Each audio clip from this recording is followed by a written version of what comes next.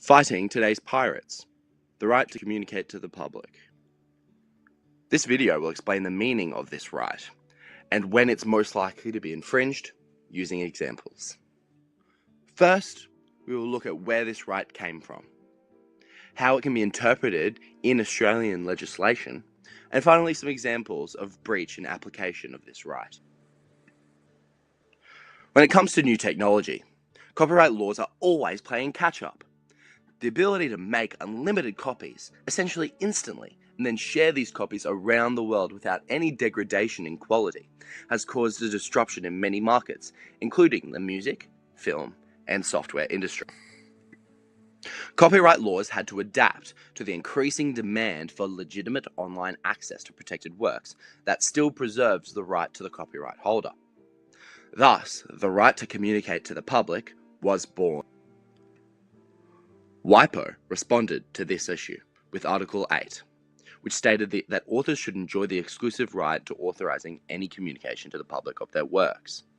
The drafters of Article 8 intended this provision to be capable of different interpretations. Article 8 was implemented into Australian law by enacting the Copyright Amendment Act of 2000, which amended the Copyright Act of 1968. This amendment introduced a new exclusive right to communicate to the public. Although upon first glance it may appear to be a right of communication, however the right really only relates to the exclusive right to make works available online or electronically transmit them, whilst preventing others from doing so. The amendment introduced for owners of copyright in literary, dramatic, musical, and artistic works a new exclusive right to communicate the work to the public, as can be seen in Section 31.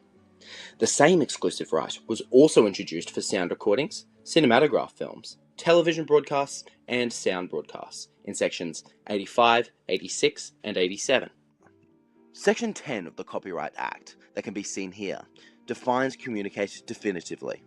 It contains two sub-rights, the right to make available online and the right to electronically transmit. In order to discern whether the right has been infringed, it is important to understand the difference between these two sub-rights.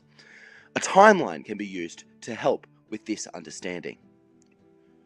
First, there's an uploading computer. In the middle, there's an internet server.